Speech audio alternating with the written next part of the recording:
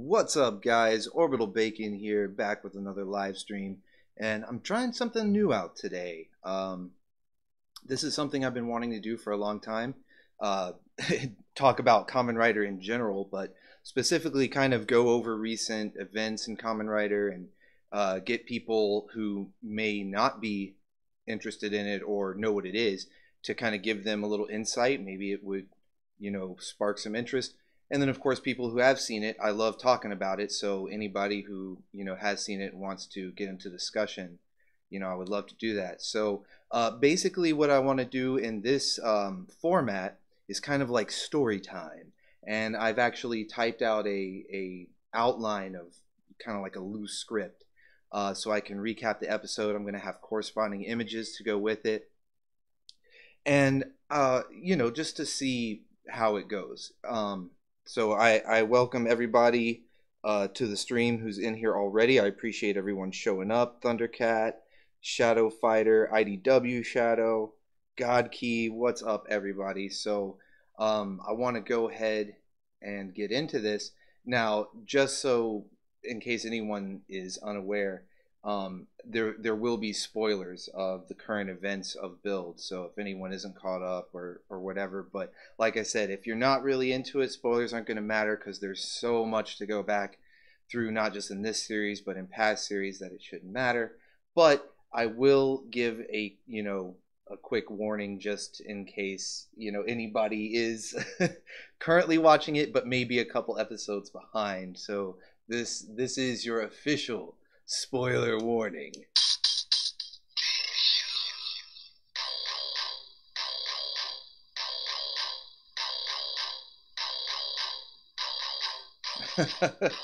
All right, so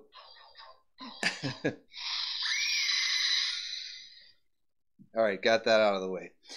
So so just having some fun here. This is just kind of a chill stream and just having some fun. Yeah, so Thundercat, that is Evolto. He is like the main bad guy. He's basically the space devil, which is kind of what his suit looks like. He's awesome. So yeah, Shadow Fighter, you mentioned you wanted something to take your mind off it. I figured this would be a good time. This is like story time. I'm gonna unwind a tale for you here of episode 46. So let's have some fun. And every now and then I'll check on the chat with you guys. So we open to Evolt doing the typical bad guy from space thing. He's the evil space alien. This is what every evil space alien does. They broadcast their reveal, nationwide. They somehow tap into the TV, either nationwide, worldwide, wherever it's taking place, and they reveal themselves and outline their evil plot. So that is what Evolto is currently up to. He's broadcasting across Japan. I'm not sure if he's broadcasting across the world, but he's certainly broadcasting across Japan. And he revealed that he had taken the form of one of their government leaders, because the government has been in shambles due to the Skywall disaster. And I think he was the only prime minister left, and Evolto had been posing as him. So he like revealed himself, and this is his true form here. And so he starts broadcasting across Japan and telling everyone, not only am I a big evil space alien that's come here to destroy you, but he's basically Galactus. And let me see, I don't want to get too far off the script here because I'll ramble a bunch. But yeah, evil space daddy alien. That's exactly right, Shadow Fighter. So so he's basically Galactus, and the Earth is his next meal. He eats planets and turns them into energy. It's very similar to Galactus from Marvel. He eats planets, turns them into energy. And in a previous episode, we had actually seen that when he does consume a planet, it adds like an aspect of itself to him. Like he grew these claws temporarily. I'm assuming he can retract them or whatever. But like this is his standard form here. But when he consumed a planet last episode that he had warped to, far from Earth, it gave him like these extra claw hands for a while. So it's interesting that not only does he consume the planets for energy, but he gains aspects of them. And he even mentions, this is another thing that's interesting. He even mentions that that he's been on Earth for about 10 years now. He's been living on Earth because, he's been enacting his, Grandmaster plan here. So he's been on Earth for about 10 years, and he's come to grow fond of it. He's got like this, this affinity for Earth, and so he's kind of hesitating on destroying it. And so he's issuing the Kamen Riders one last challenge. He's basically telling them, you can come to Pandora's Tower for one final battle, but what's at stake here is you either show up with the lost bottles, because that's something, it's an item that he's been after to complete his doomsday device, these things called the lost bottles. And excuse me, Sento, which is the main rider, Sento and his group are in possession of at least one of them. I know they've got at least one of the lost bottles, but I think they've got a couple of them. And so Evolt is telling them, you have to come to Pandora's Tower, which is this big tower he's created in the middle of Japan, and bring the lost bottles, or I'm just going to go ahead and wipe out Earth, but I don't really want to, so this is why I'm giving you this chance. So it's kind of like, it's a little bit of a cliche thing to do, as far as revealing yourself to be the big bad guy, giving the heroes one last shot. But here's the thing about Evolt, is that this is not the first time he's pulled something that's a cliche move like this. The catch is that each time he does, there's something he's kind of up to, a misdirection, if you will.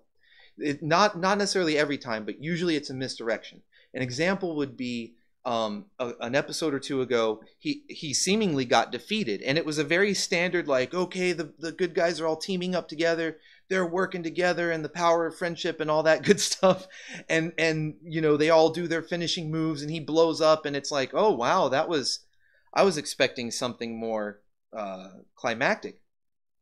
But the thing is he had actually sent a piece of himself off before the finishing moves, and possessed his underling Utsumi. I always have to say it like that. And possessed Utsumi, who ended up resuscitating him later. So even though he's doing these cliche things right now, yet again, it's almost always a misdirection. So I'm wondering what he's up to right now. Hey Bob, welcome. You don't know what's going on, but you're going to stay. Bob, I'm doing like a story time. I'm recapping the latest episode of Build, as well as kind of giving a review on it, some theories and predictions. Breakstream might interrupt the story time for a second there. Hopefully it doesn't. But yeah, welcome everybody. So right now I've just been kind of recapping Evolt, his reveal to the world here, and let me get some music going. Back up. There we go. Alright. So, we then cut to Sento and his gang. They're experimenting with Pandora's box. They're currently in possession of Pandora's box. And what they're trying to do is create what's called the white panel. If you can see here, there's the edges of the box. They're all looking inside. And they're able to look in because there's a missing panel. And Sento's dad, the main rider, Sento, his dad recently was killed by Evolt, and before he died, he told him about the white panel, that it was the true secret to Pandora's box, because Evolt this whole time has been looking for the black panel, which is why he wants the lost bottles, and he had it at one point. Fortunately, the heroes were able to take some of the lost bottles back and rob him of the completed black panel. But when he had the black panel, that's how he was able to travel to that other world that I mentioned before and gain that new form temporarily, because he had possession of the black panel for a time. So Sento's group got a couple of the lost bottles back, and before his dad died, he told him, you need to create the white panel. That's what the key to stopping Evolt. So right now they're looking inside and they're trying to figure out what they're supposed to do. And so Banjo, the character holding that device there, it's kind of blocking his face. Banjo drops the hazard trigger into the Pandora's box, and it actually causes a reaction because Banjo has traces of Avolt's DNA. So it creates the white panel. And so it's kind of like, oh wow, it's a pretty cool. I should have gotten a screen cap of it, but it's kind of like this marble looking material, white panel. And Sento reveals that, because I mean he's been studying this thing, and so he reveals that the white panel is actually the key to not just traveling to other worlds, because the black panel was opening wormholes to other worlds, just like instantaneous travel. But Sento reveals that the white panel is actually the key to opening to alternate universes, like not just traveling within your universe in an instant through a wormhole, but to an entirely alternate reality, an entirely alternate universe. So that's a big reveal right there, because that can implicate several things.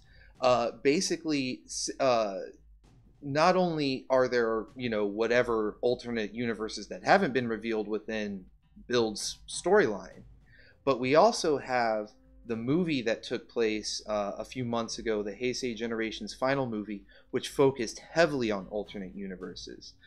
Build itself takes place in an alternate universe from what most other Rider stories have taken place, as far as we know. Every Rider seems to have taken place in its own standalone universe, but there's a lot of crossovers. They've had crossover movies.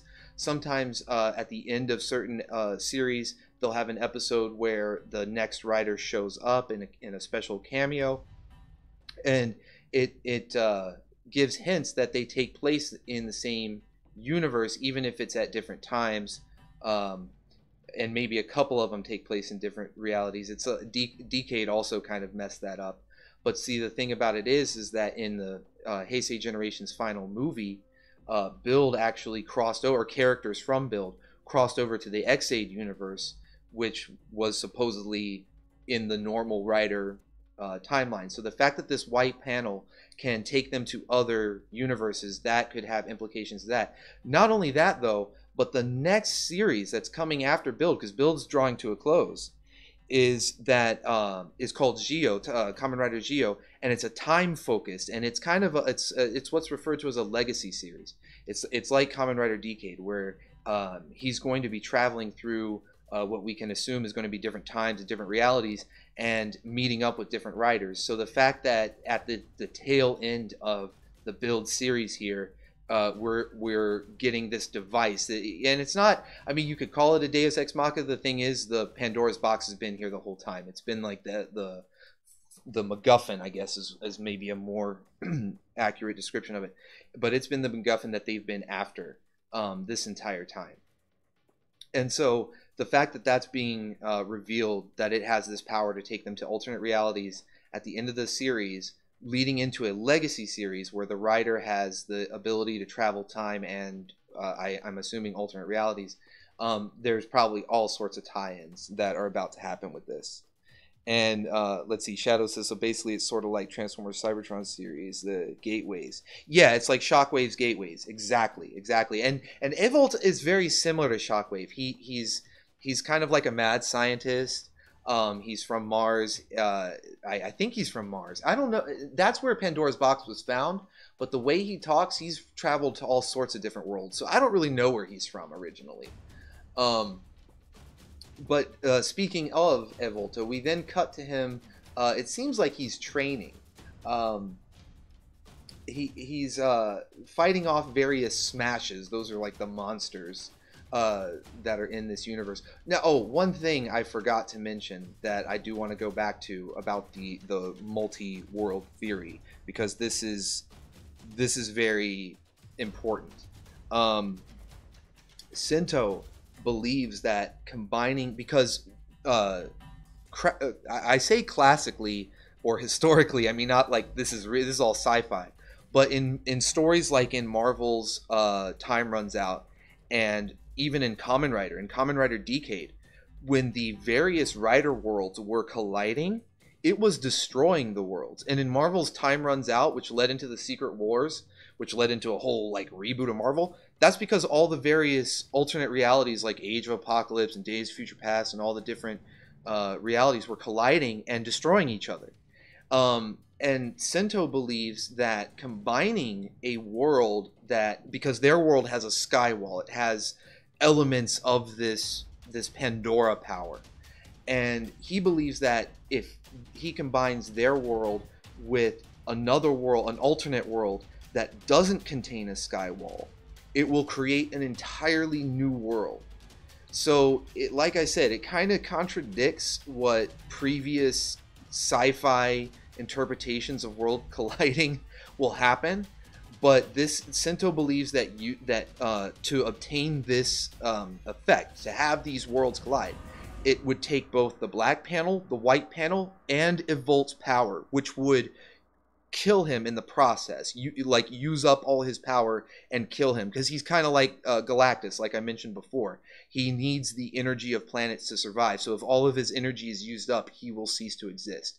So Sento wants to use the black panel, the white panel, and Evolt's energy, thus killing him, to fuse their world with another world that doesn't contain a skywall, in the hopes that it'll just create a whole new world for everyone. I mean, this is a huge gamble that he's taking. I don't know if I'm necessarily on board with Sento on this one. It almost, I know he's been studying the panels and he's a scientist, but man, this seems risky. Godkey asked how I come up with my scripts. What I did is I watched through the episode, and I paused it during key moments and typed out, kind of a synopsis, and took a screenshot so I could kind of relay that to you guys. Is this going to get all multi-universe Transformers Marvel comics? Not necessarily, Shadow Fighter. That's the thing. Is they only refer to other worlds, but they don't necessarily go into all the, like Marvel and Transformers, they actually were going into the other worlds, and that's what Kamen Rider DK did, is they went into the other worlds, and it did get all like headachy at some moments. Although DK has grown on me. But this is only referring to the possibility. Sento, the main writer, Sento, he's a scientist, so he's going nuts with this stuff, like hypothesizing and trying to make formulas and predictions and stuff like that. Sorry, I needed a water break. Gotta risk it for the biscuit. That's right, Bob. Basically, it's like when Trunks used time travel. Yeah, see, that's the thing. It's Sento's got like kind of a time-space continuum theory that and which, like I said, I'm thinking he's gonna end up destroying worlds. So, but so I don't get too off track with the rants here.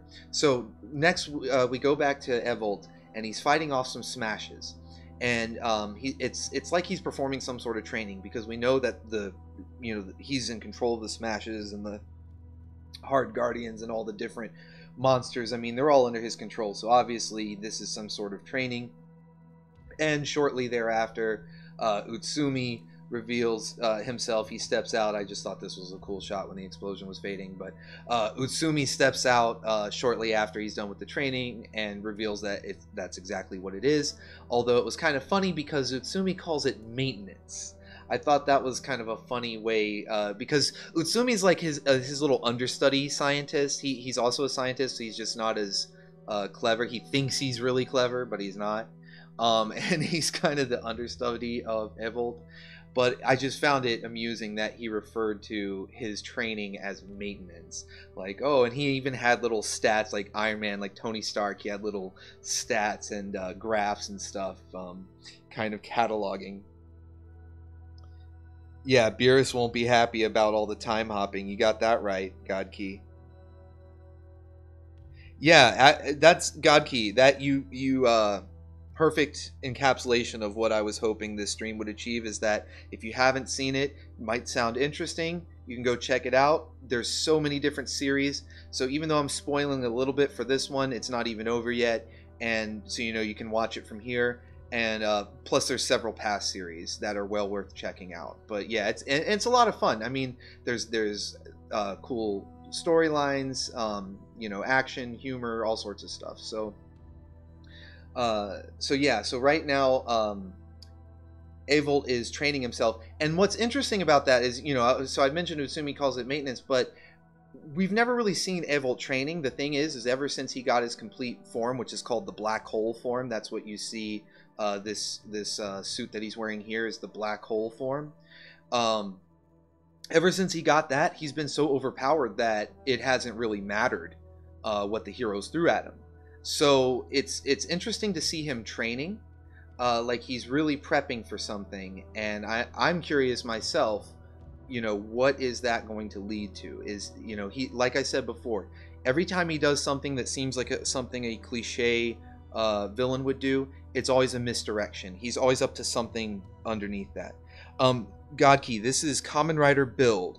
Hopefully the text isn't too small in the bottom of the screen there. I'm kind of messing with a new setup here. I don't even know how much Breakstream is showing up in the corner there, because I had to make him pretty tiny.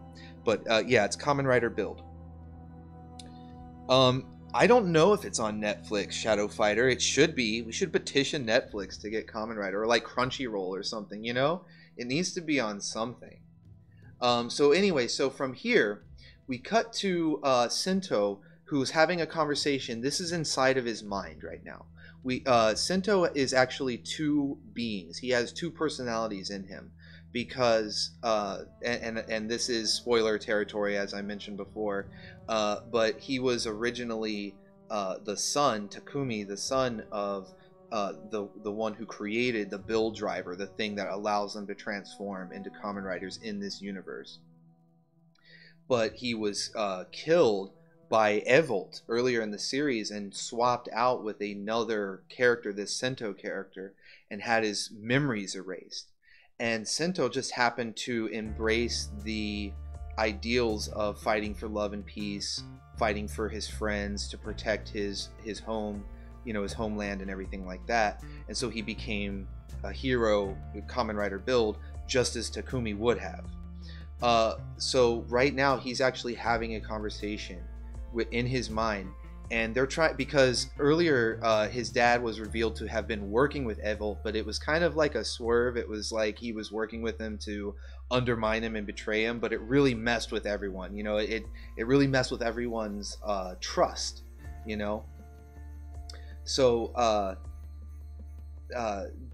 basically they're kind of debating back and forth what were the true intentions of their father, and they're kind of wondering, because if what he's saying is true about the white panel, it's basically going to be a miracle. And these two guys are scientists, so wrapping their minds around a miracle is a tough thing for them to do. It's not something they can just easily wrap their heads around.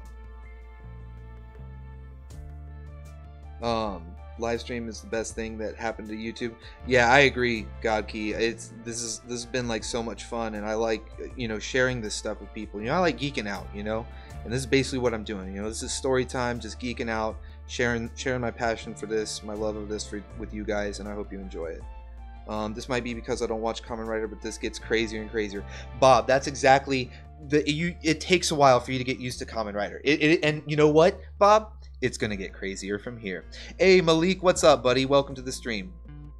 So I'll give you a quick recap, Malik, because that's what I'm doing. I'm recapping the episode 46 of Build, and it's what I was just saying to Godkey and to Bob, which is, anyone who's not familiar with Kamen Rider, if this looks interesting, if this sounds entertaining, because I'm basically I'm having story time. I'm having fun here, And if this sounds interesting or entertaining to anyone, check it out.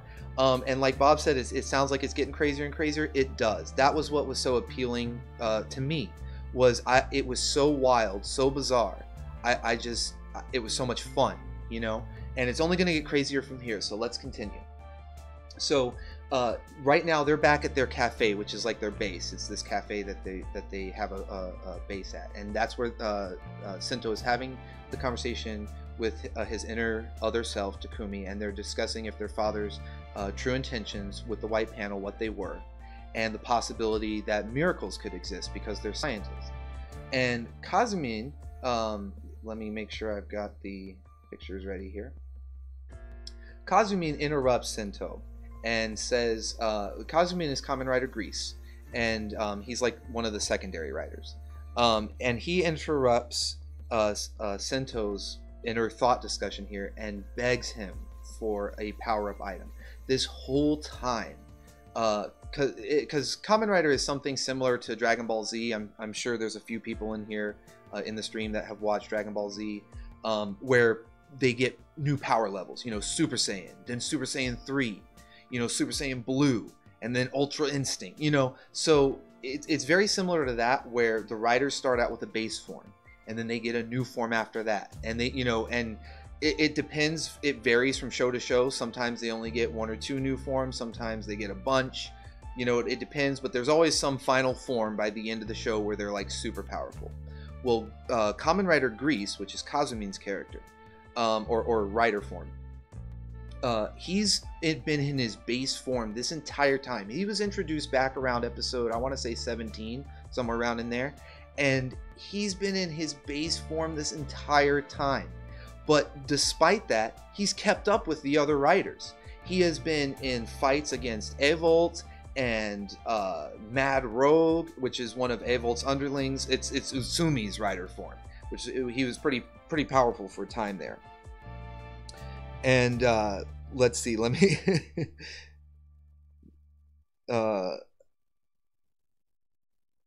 thank you, Godkey. Okay, so and I appreciate you guys asking questions. I don't want to, Thundercat, you got to go, but you'll watch the rest. All right, cool, man. Yeah, it's fine if you guys have a little bit off topic to ask questions. As far as it's about this and Shadow Fighter, that's an excellent question. Each Rider series has 1 season, and it goes on for the full year. So it's about, you know, they take a few weeks off. So it's about like 45, 48 episodes, and that's it. And then the next season is its own self-contained season. But like I was mentioning earlier with the multi-universe thing, is usually all the different seasons, even though they're self-contained, they at least reference the writer before them. This one, however, Kamen Rider Build, has strictly stated it is in an alternate universe from all the other riders. And that's what makes it so interesting, that with the white panel giving them the ability to travel to alternate realities, and the next Rider season that's been announced after this, Kamen Rider Geo, is a time traveling, and I would assume alternate reality traveling rider. He's a legacy rider is what we call it, where he has the abilities of previous riders. So it implicates a lot of interesting stuff. Yeah, Dragon Ball. Dragon Ball's like awesome, and that's what got me into this. Is it remind me of Dragon Ball stuff, the way they keep powering up and things like that. So speaking of that, so getting back on track. So Kazumin's asking for a power up because he hasn't had one this whole time. He's been able to keep up with everyone just in his base form. Everyone else is being getting power ups. And Sento reveals that he already made him a power up. He actually had this thing ready for him. It's called the Blizzard Knuckle. And he had it ready for him and would have given it to him, but Kazumin ran off a few episodes ago to get experimented on. He wanted another dose of nebula gas. It's what gives these people the ability to turn into Kamen Riders. And he wanted another dose of that because the bad guys, he got intentionally captured by by Utsumi, and got a dose of nebula gas just to make him stronger, even though it put him at the risk of dying if he got too much damage. If he took too much damage during a fight, it would just go ahead and kill him. So he's kind of already at a high risk, but he's wanting this power up. And Sento says, "Yeah, I would have given this to you, but you took off, so you can have it, but it's gonna spike your power levels like way too dangerous." The cool thing about the Blizzard Knuckle is that it's kind of like similar to Banjo's Magma Knuckle, but it has the little robot symbol there in the middle, which Kazumin always uses robot jelly. It's like his, Kamen Rider Grease is kind of like a robot looking suit, so it's kind of cool that he already had the symbol on there for him and everything. So he then hands him the Kitty Sack. Did my boy live? He's still alive for now. I'm going through the story here. More episodes, and oh yeah, it's there's tons for you to watch, Shadow Fighter. Oh no, you're not rude. You're not rude at all, Godkey. Oh wait, you're talking to Malik. I don't even. Okay, never mind. All right, so Sento then reveals to. Let me just make sure I am caught up here on the chat. Yeah. Okay. Awesome. Send that real quick. All right. So Sento then reveals to Kazumin that he has made the Blizzard bottle out of the essence of the Hokuto trio, which was Kazumin's fallen comrades. When he first debuted, he was actually kind of evil. He was working for the Hokuto government, which was trying to take over Sento's home. And since he was working for them, he was kind of an antagonist to them. And he had these three underlings called the Hokuto trio. And they were actually his former, I believe they worked on because he was like a potato farmer before he became a Kamen Rider, and so he was actually doing this for his home. He actually had good intentions. He's this really, like, I love this character. That's why Kitty Sack was like, is my boy still alive? Like, we love this character. He is so like, I don't know what the word for him is. He's just wonderful. But I don't want anything to happen to him. But he had these guys that were his. I think they worked on the farm with him, you know, family, friends, and everything. But everyone's memories get erased when they take the dose of Nebula gas. So he didn't remember them for the longest time, and they've all been killed in battle. And so he's been, you know, fighting for their sake. And when people are turned into smashes or you know, have, you know, Kamen Rider powers, Sento, you know, the scientist, he's able to absorb their essence and turn it into these bottles, you know, which gives people new powers or transformations or whatever it may be. Battle frame, hey you guys. Yeah, the Blizzard, the bottle. That's right. It is cool. And if you like the sound of the stuff, Shadow Fighter, they announce, a lot of them make sounds and stuff, and they announce, it's almost like a fighting game where they announce what they are. So when they transform and stuff, it's like Blizzard the bottle. It's really awesome. But I will get to that. Where would I recommend you start with Kamen Rider, Bob? And where can you watch it? There are a few different places you can watch. You know, online, of course. I don't know where to necessarily recommend. As far as where to start, a lot of people recommend their favorite series or what they believe to be the best series to start with. And I wouldn't necessarily start with that, because I'm going to be honest, not every single Kamen Rider series is necessarily good, or at least in my opinion. You know, definitely there are some that are better than others.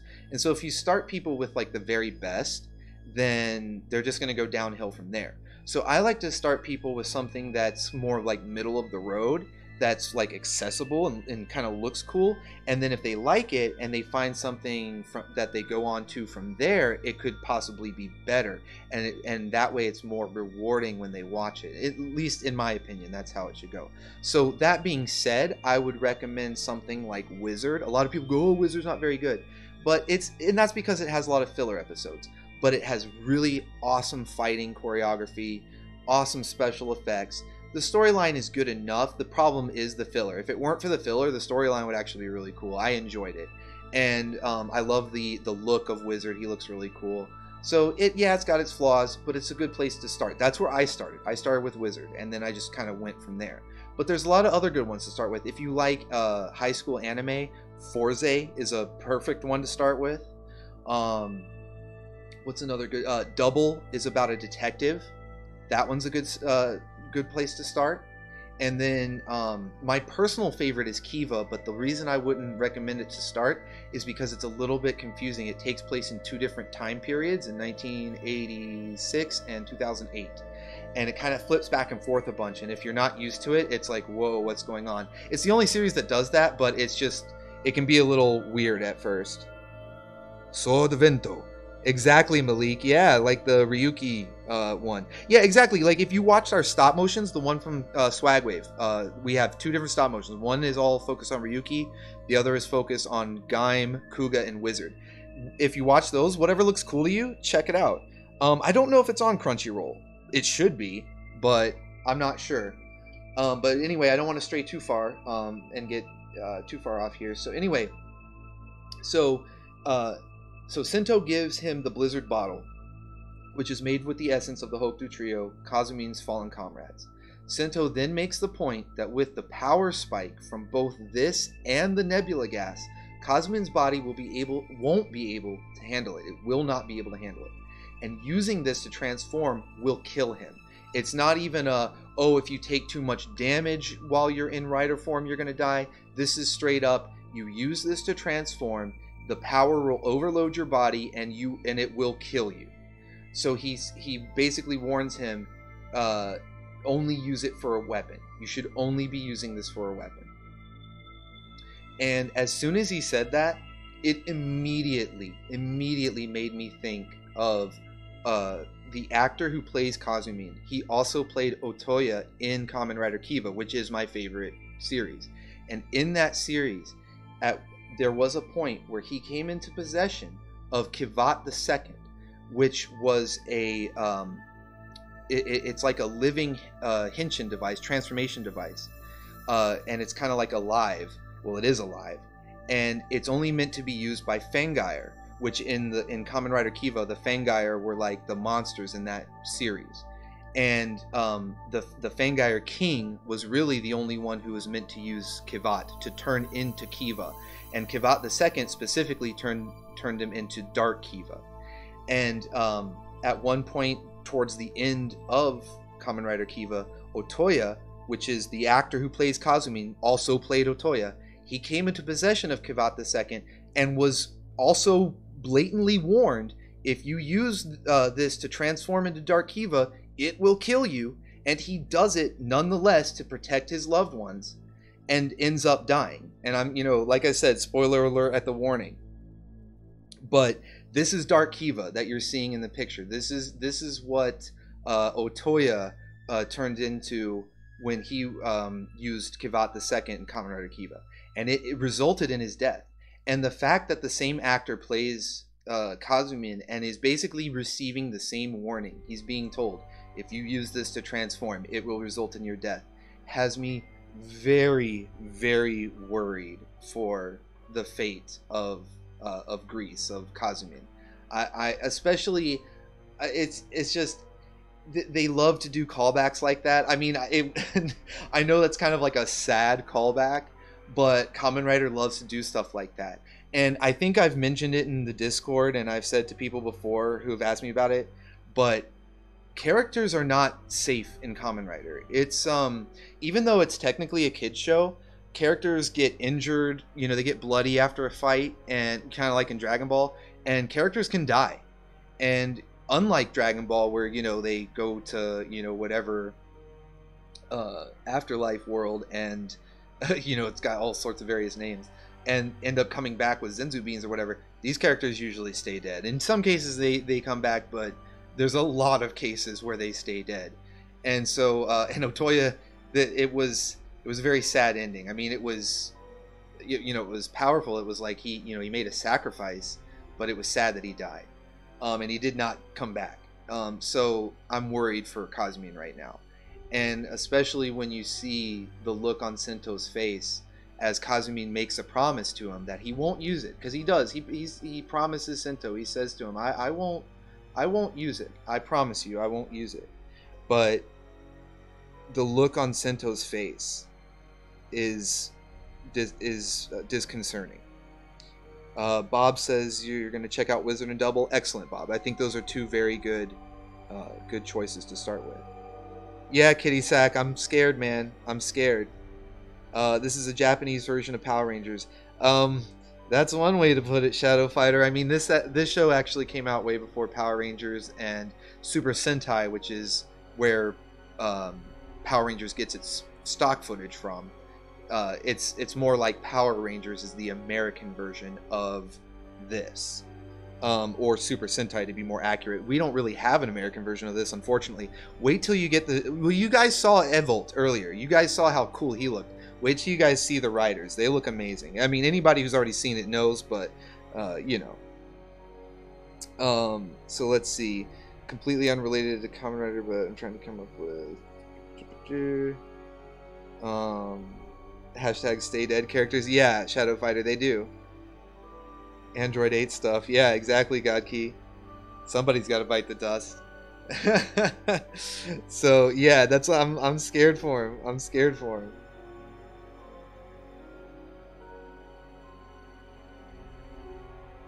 I'm nervous. All right, so basically, Kazumin promises Sento that he won't use it to transform. That he will only use it for a weapon because it can be used for a weapon. It's it's the Blizzard Knuckle. If you put the Blizzard bottle in there to activate it, and then just give somebody a smashing punch or whatever, it'll activate a special move and can be used as a weapon. So he promises that he'll only do that. But like I said, made me think of Otoya and Dark Kiva. Not not looking forward to seeing what happens with that. So on that note, it's time for a cookout. Miss Sora comes in and announces that they're ready for a cookout, and everybody goes up, and poor Gintoku, he can't even get a toast in. He's wearing a shirt there that says cheers. It says kampai, which is cheers, and he can't even get a toast in. He's trying to make a toast, and everybody just starts drinking. He made shirts for everybody, kampai shirts for everyone. Nobody is putting them on. Obviously, they're all just wearing their individual clothes, and he just looks so sad. It's just like, oh, Gintoku, he's just having a cheers all alone with, and you can see the shirts that he made for everyone. Poor Gintoku.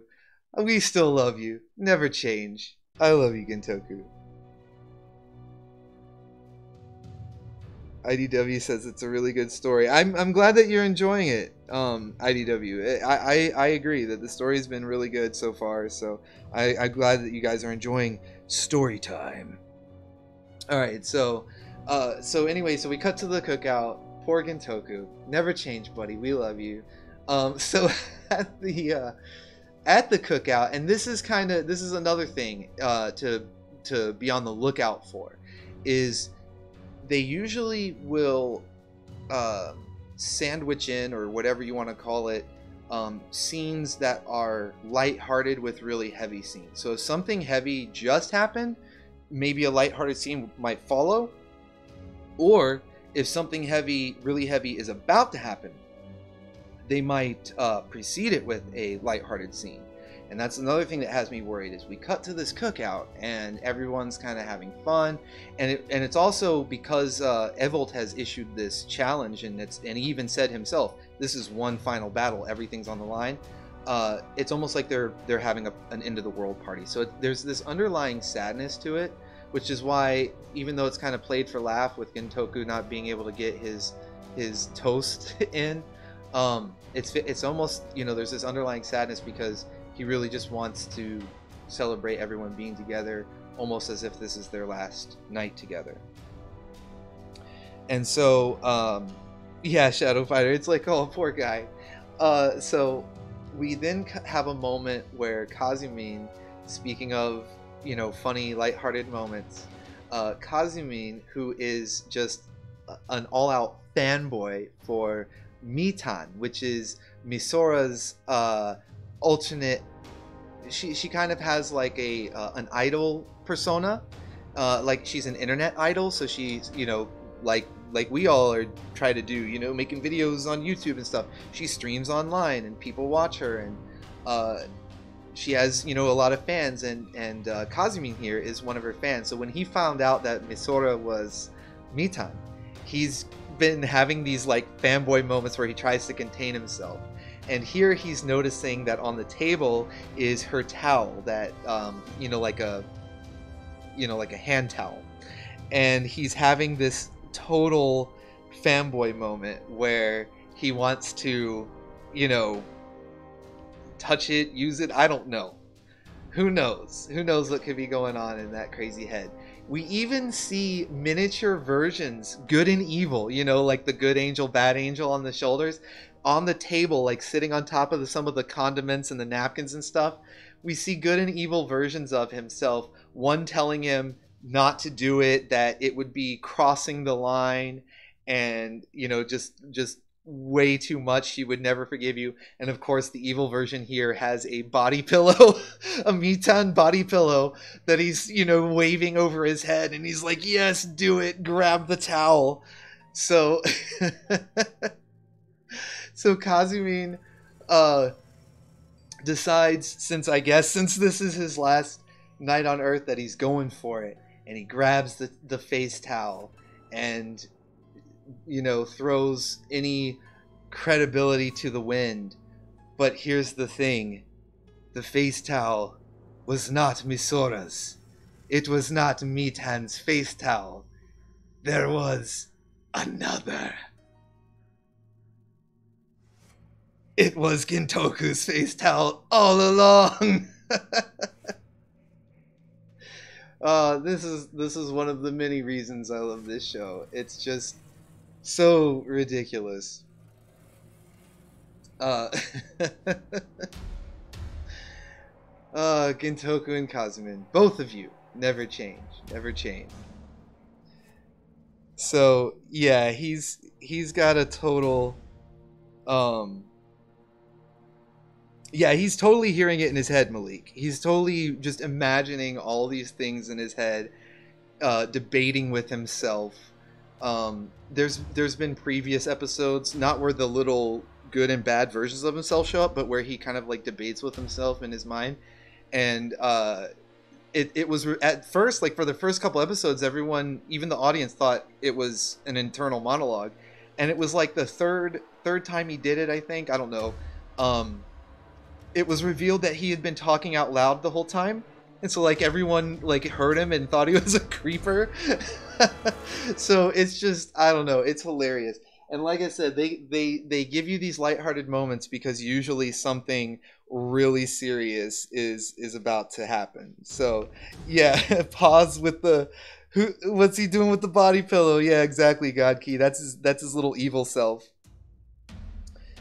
So one moment while I get some water.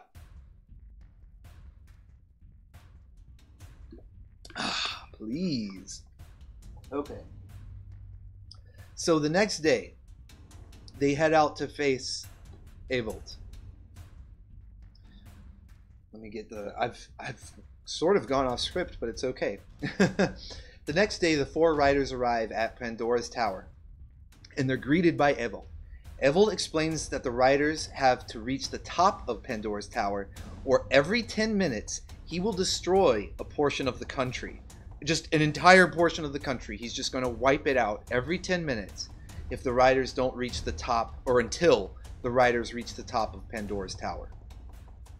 The riders, of course, they're kind of not necessarily calling his bluff, but they're telling him, that they're going to stop him. It's not going to come to that.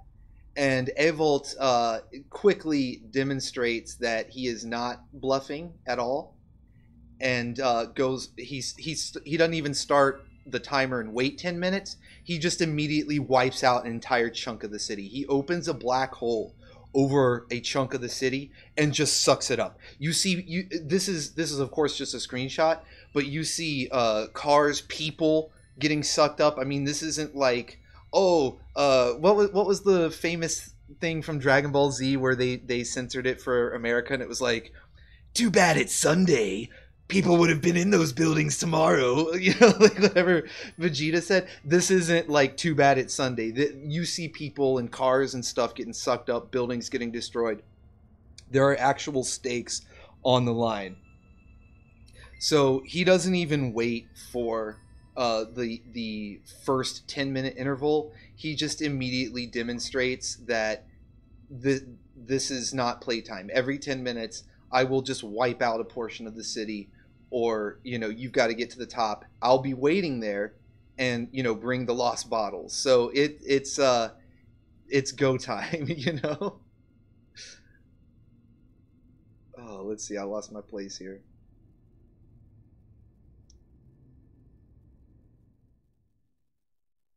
All right, so our heroes then do an amazing let's see, let me catch up on the chat real quick. Yeah, Bob. He's like Dragon Ball villain, like Frieza, Cell, Boo, villains that can just take out chunks of the planet at a time. He's like on that level. So he's pretty awesome. And that's why I've enjoyed him so far as far as villains go, is he seems to be pretty smart, and anytime he does something that seems kind of like a cliche villain move, it's always just misdirection for something that he's, planning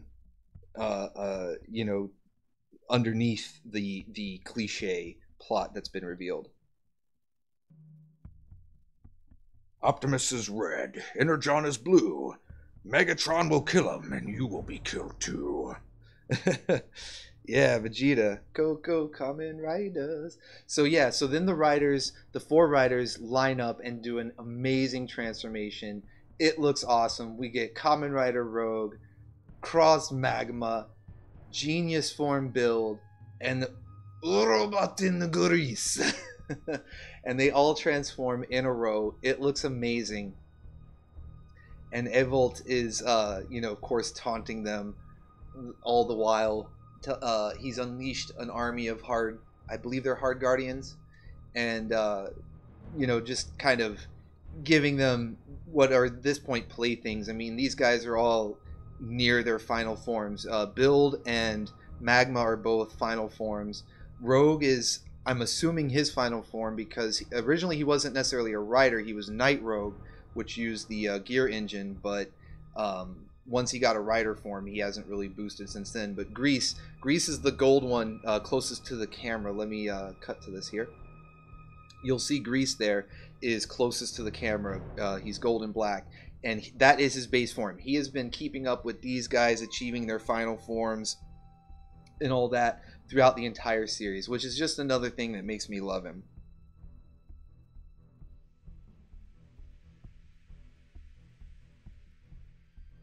So after the awesome lineup transformation, the Riders attack. They decimate the Guardians. It's like no contest. And so on top of the tower, we see Evolt. He removes his Evolt trigger. He has, similar to the Hazard trigger that Build uses to achieve his final forms, Evolt also had a trigger that he uses to achieve the Black Hole form. And we've seen before that when he sends a part of himself off, like he's able to take pieces of himself. He doesn't necessarily have a normal humanoid form. He can kind of take whatever form he wants, and he has like these little ghostly slime forms that he's able to send pieces of to possess people. And so we've seen before in previous episodes that when he does not have all of these pieces back together on him, like if he sends one of these pieces out, he cannot use his final form, the Black Hole form. So we see him remove his trigger. It takes him back down. It's a little bit hard to see there, but you can see that it doesn't have the black and white color scheme. It's back to the gold color scheme. So he's his normal Evil Cobra form. And we see this little blob sliding away. So this is what I was talking about. This is that misdirection. We don't know what he's up to. I'm sure he's up to something. But he is sending this before they get there, because he knows they're going to make it there. And before they get there, he's enacting something. He is sending this off. We don't know who it possesses. We don't know what it's up to. But he's enacting a plan before they even get there. So they don't even have, a chance to stop him. Yeah, doesn't the dragon one look awesome, Shadow Fighter? Every form has a dragon motif, so... Battle frame. If, for the uninitiated, yes. Power Rangers meets Dragon Ball Z. There you go. Yeah, he has like a jello form, Bob. Exactly. So he sends that piece off. He's definitely up to something. And that's what I like about him as a villain. He's not, instead of waiting for the heroes to get there and saying, you've made it, well, here's my evil plan, are you going to stop me? He's like, no, I'm already doing something. And they think that they have a chance to stop me. So I enjoyed that. So the riders enter the tower. They make short work of the Hard Guardians, and they enter Pandora's tower and begin working their way up. Once inside Pandora's tower, they're almost immediately greeted by some familiar faces. the Hokuto trio that I mentioned earlier have seemingly been resurrected. I had mentioned earlier that they had each fallen in battle, that Kazumin had to watch each one of them die one by one. And he has been mourning them ever since. He carries around their dog tags, and it's something that has stuck with him. It's been a huge motivator for him, for Grease, the one that we see in the foreground here. And so having the Hokuto trio show up was meant to be a basically a mental attack, you know, an assault on Kazumin's mental state by Evolt. But because Kazumin has been mourning them, he has been grieving so much, he knows that they're fakes. He doesn't fall for it at all. He immediately strikes at them. I believe he hits Akaba, who was standing in the center of the trio, and immediately strikes at them. They even try to keep up the charade by asking, boss, why did you hit us? What did you do that for? And he tells them, I watched each one of you die in my arms. I know you're fakes. This isn't even going to faze me. You're going to have to try. You know, he kind of, you know, shouts out to Evil, you know, you're going to have to try harder than that. It's going to take a lot more than that. So he tells the rest of them, he tells Rogue, Build, and Magma to go on without him, that he's going to take care of these three guys because he doesn't like that Evil is using them. It's like disrespect, you know. It's like disrespecting their memories, you know, their deaths. And so he wants to take care of them himself, and tells the others to go on without him. So using the Blizzard Knuckle, Grease is able to hold off the trio for a moment anyway, but he is eventually overwhelmed because it's 3-on-1. And let me catch up with the... Okay, will Kamen Rider's Law break stream come to life? I don't know. Hopefully, just since I'm using still images and stuff, hopefully the break stream's not really messing with anybody. That one on the right, like with an antenna. Yeah, and there's actually a purpose battle frame for a lot of their designs. I mean, they look crazy, but that antenna is in place of... Oh, what was it called? Oh, I believe it's called an O sensor, something like that.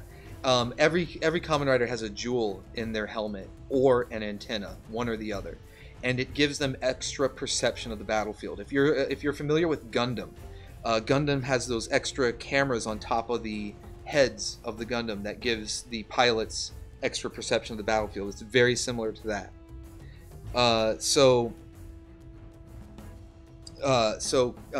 Kazumin is, or Grease, Kamen Rider Grease, is fighting the Hokuto trio. He knows they're fakes, but he wants to deal with them himself because he hates that Evolt is using them in this way.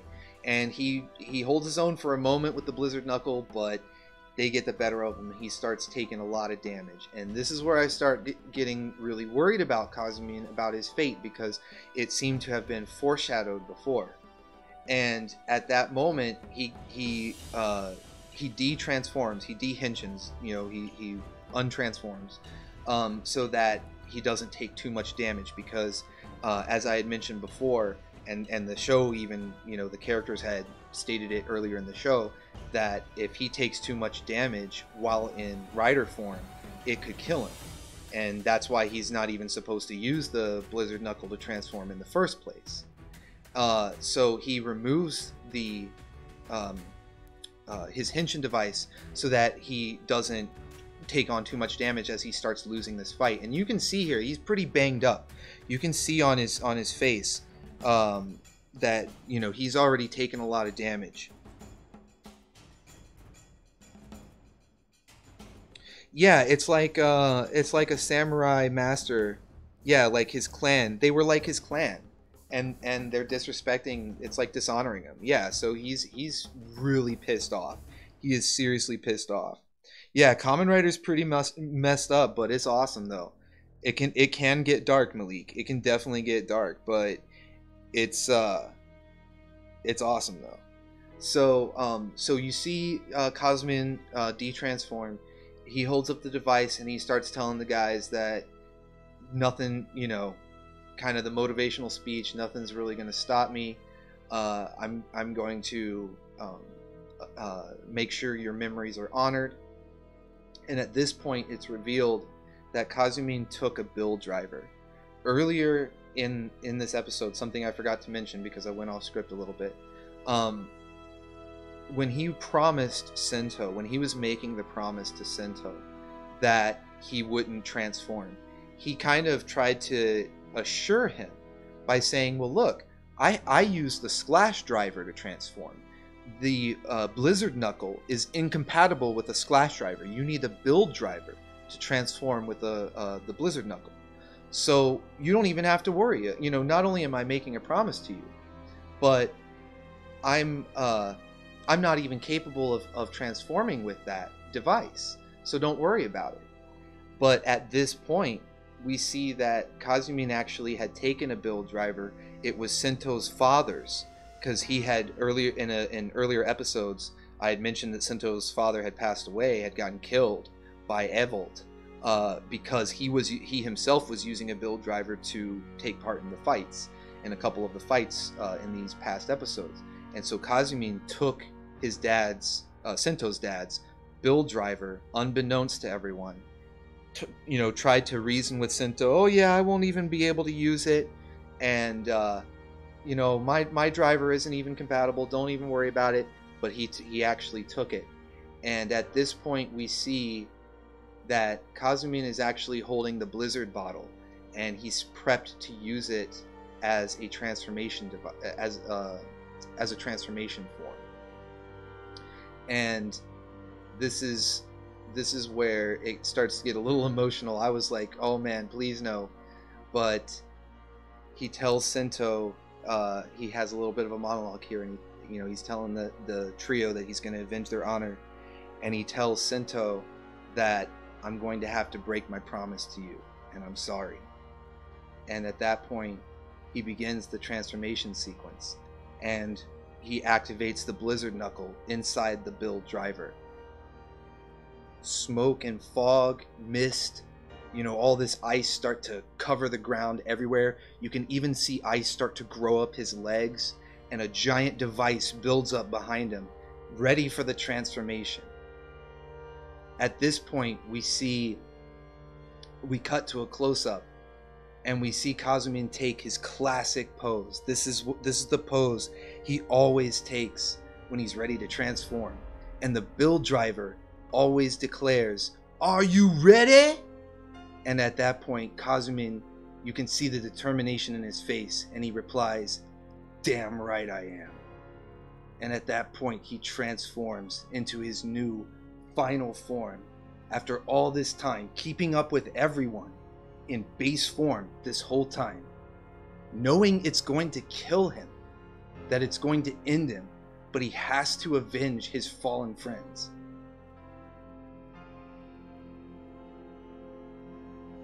And thus is revealed Kamen Rider Grease Blizzard.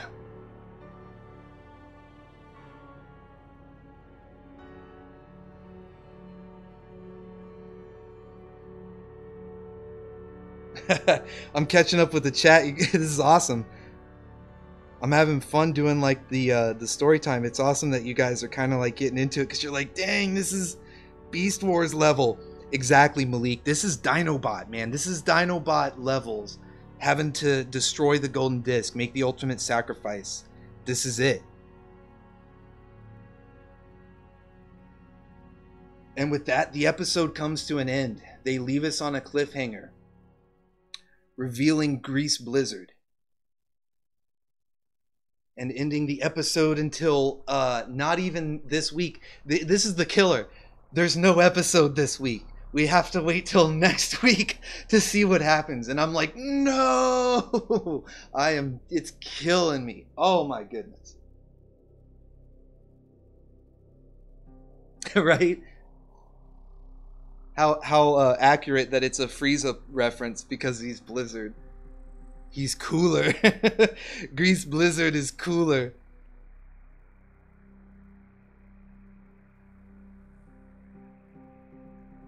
Yeah. Did the music get all sad?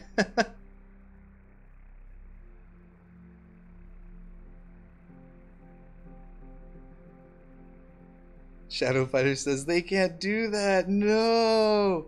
Yeah, I'm really nervous for what's going to happen because, as I was talking about before, the same actor who played Otoya received a very similar device with a very similar warning and used it, you know, as a self-sacrifice, and and paid with his life. And here we have, you know, we've seen Evil demonstrating the ability to wipe out. You know, he's not bluffing. We see him wipe out a city. There was another thing during Kazumin's fight against the trio. They cut back to Evil. Another 10 minutes went by. He wiped out another chunk of the city. I didn't even cut to a screenshot of that. But that was something that happened during Kazumin's fight. Is Evil says, oh, 10 more minutes has gone by. And we see that even though he's not in his final form, he's not in the black hole form anymore, because he sent a piece of him off, he's still able to destroy chunks of the city. So everything is still at risk. Everything is still at stake. And so the fact that Kazumin is kind of making this sacrifice, it has me very worried, because he's like one of my favorite characters.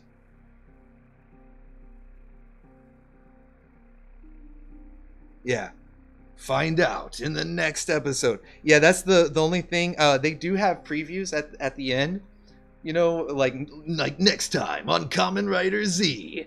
But they but the preview only really, it's just like a tease. It just says, you know, will it be Grease's final battle, blah blah. The one thing, and I didn't really take any screen caps because I don't know how much I want to go into like spoilers about it, because these are just predictions. But one thing I noticed in the preview for the next episode is it was showing a lot of the characters, you know, had been de-transformed. You know, they had fought to the point where they had come out of their transformation, and they were very bloody.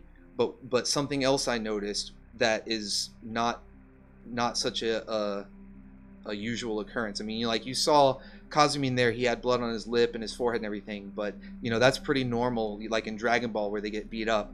But something I noticed in the preview is that they had blood on their hands, which is usually if you're treating someone, like a medic, you know, like in a battle, you know, in a battlefield, medic comes and they're treating someone, they get blood all over their hands, it's messy. And I noticed in just a couple of quick clips that went by real fast in the preview that a couple of the characters, and one of them I think was Misora, you know, who doesn't fight. So if she has blood in her hands, it means that she's trying to help somebody who's received severe damage. And that again, I keep saying it, but it just has me so nervous. Because like I've said before, characters aren't safe in this show. They can kill characters off. It's happened.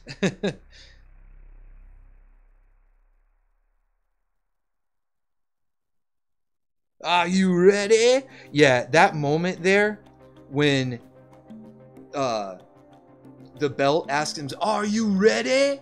And he says, damn right I am. That's why I love Kamen Rider. Moments like that right there just get you so hyped, so pumped. Even if you know this character is like, you know, going to his ultimate fate, you're so pumped, and you're rooting for him, and you want to see him you know, achieve his goals and take victory. And I love how they've got the dry ice smoke pouring all over him. They've got snowflakes in the background, the whole blizzard theme. He looks amazing. They've incorporated elements of both the grease suit and the regular build suit, since he's using a build driver. And I love how they incorporated it.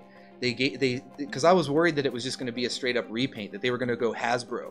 They were going to pull a Hasbro on us and just repaint the suit, the regular grease suit. And it kind of looks like that from here, but there are elements that are taken from the build design. And if you see the full body, unfortunately I don't think I have a full body shot here, but especially the lower half has several elements from the build suit. So the fact that he's using the build driver and they incorporated that was really cool. I love the design. It looks awesome. All the frost and mist and snow and everything, really cool. And something that you can't see from here, he has like a giant robot arm. One of his arms is like this big robot fist, and he looks awesome.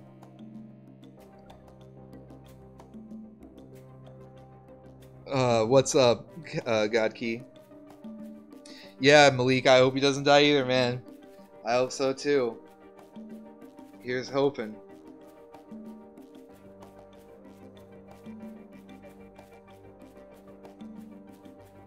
But yeah, that was my review and recap. I mean, I guess it was mostly a recap, but I also like to, you know, give my thoughts on where the story's going, and, you know, callbacks to, you know, past writer shows. Plus, this particular episode, even though it was mostly just a build-up episode, it was just kind of a setup. You know, it was to reveal Grease's final form, to set up for the final battle. I enjoyed it a lot. The pacing was pretty good. At first, it was a little jaunting going to that cookout, but once you realize that they're giving you that moment of brevity with an underlying, you know, sadness to it, especially poor Gintoku not being able to make a toast. I really enjoyed the pacing of the episode, and just where, you know, where the story is going. You know, there's still a couple of mysteries, what Evolt is up to, and how they're going to end up defeating him, because we've already seen them pull the whole, hey, let's, you know, power of friendship, let's all work together and use our finishing moves at the same time. We've already seen them. That has happened. Evolt blew up, but he sent a piece of him away and regenerated, kind of like Cell, you know, from Dragon Ball. You know, there's a lot of Dragon Ball comparisons that can be made from time to time.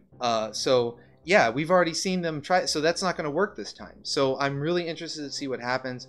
Of course, there's the things Sento was talking about before, fusing the worlds and using Evolt as a factor in that to drain all his energy and kill him. So it may not be a typical, hey, everyone use your powers together kind of thing. So really interested to see on what they're going to do with it. But I had a lot of fun kind of recapping it, telling the story of what's going on so far. And if you guys enjoyed this, please leave a like and let me know in the comments or in the chat there. If there are other shows that you would like me to do, you know, kind of a story time recap to other shows, let me know. I think I might do this with like the new Transformers series that comes out, just to give it a shot, see how that goes. Definitely the rest of Build, I want to continue to recap Build and tell you guys, you know, the story of how it ends, and that'll lead into the new Kamen Rider series, because they usually only take like a month off in between seasons, and I'll just cover that from the get-go, and you know, keep you guys going with that, and hopefully that'll be a good introduction. Hopefully this served as a good introduction to some of you guys into Kamen Rider. If it got you interested, if it seems like something that you might enjoy watching, check it out. It's well worth it. Every season is very different. They have their own themes. Everything from this one, where it's a scientist who combines elements to make his different forms, to a doctor who plays video games. You know, there's the wizard who uses magic rings. There's the detective who has Gaia memories. He uses the memories of the world to get different forms. And then some of the earlier ones were a little bit more simple with their themes, like Kiva is kind of like vampire themed, and Kabuto is a speedster. He's like the Flash. He can go super fast. So just look at the suits, whatever looks cool to you. If there's a cool looking design and it looks cool to you, you're probably going to enjoy at least the first couple episodes, you know, and then if the story grabs you, then you'll go from there. But I hope that this has been enjoyable, entertaining at the very least. I really appreciate everyone who stuck around and watched it and asked questions and everything like that. But yes, I will definitely continue to recap the rest of this series and the new ones that come out. And I see in the chat that, let's see, people are asking for maybe Transformers Animated, Voltron. Yeah, there's definitely some other things that if you guys enjoy these kind of like story time format streams, then I would love to do more. And so I'll check out some more shows, and whatever jumps out at me that I feel would be fun to recap, that's what I want to bring to you guys, because that's what I wanted to do with this one, was because it jumped out at me. It was like, man, this is a cool story. I want to tell people about it. So yeah, I'll check out some of these suggestions, and whatever jumps out at me, I'll definitely do a recap or a reaction. I saw a suggestion earlier for a live reaction to the new episodes as they come out. That's a great idea. I might do something like a podcast format type thing right after the episodes air. Try to get it out real quick. I don't know. I don't know if that really matters in this case, because this episode just aired this past Sunday. So yeah, maybe Beast Wars. Yeah, that would be cool, Bob. Beast Wars had, especially the second and third season, had some great story elements. I would love to recap some of that stuff. So yeah, guys, once again, I really appreciate everyone hanging out. I'm gonna go ahead and wrap up the stream there. Because this was a bit shorter, I'll probably actually come back and do another stream later tonight, doing either some more editing, or if I get all that done, I might do some gaming or something like that. But thanks for everyone for hanging out. Next time on Orbital Bacon Z. Thanks, everyone. See you next time.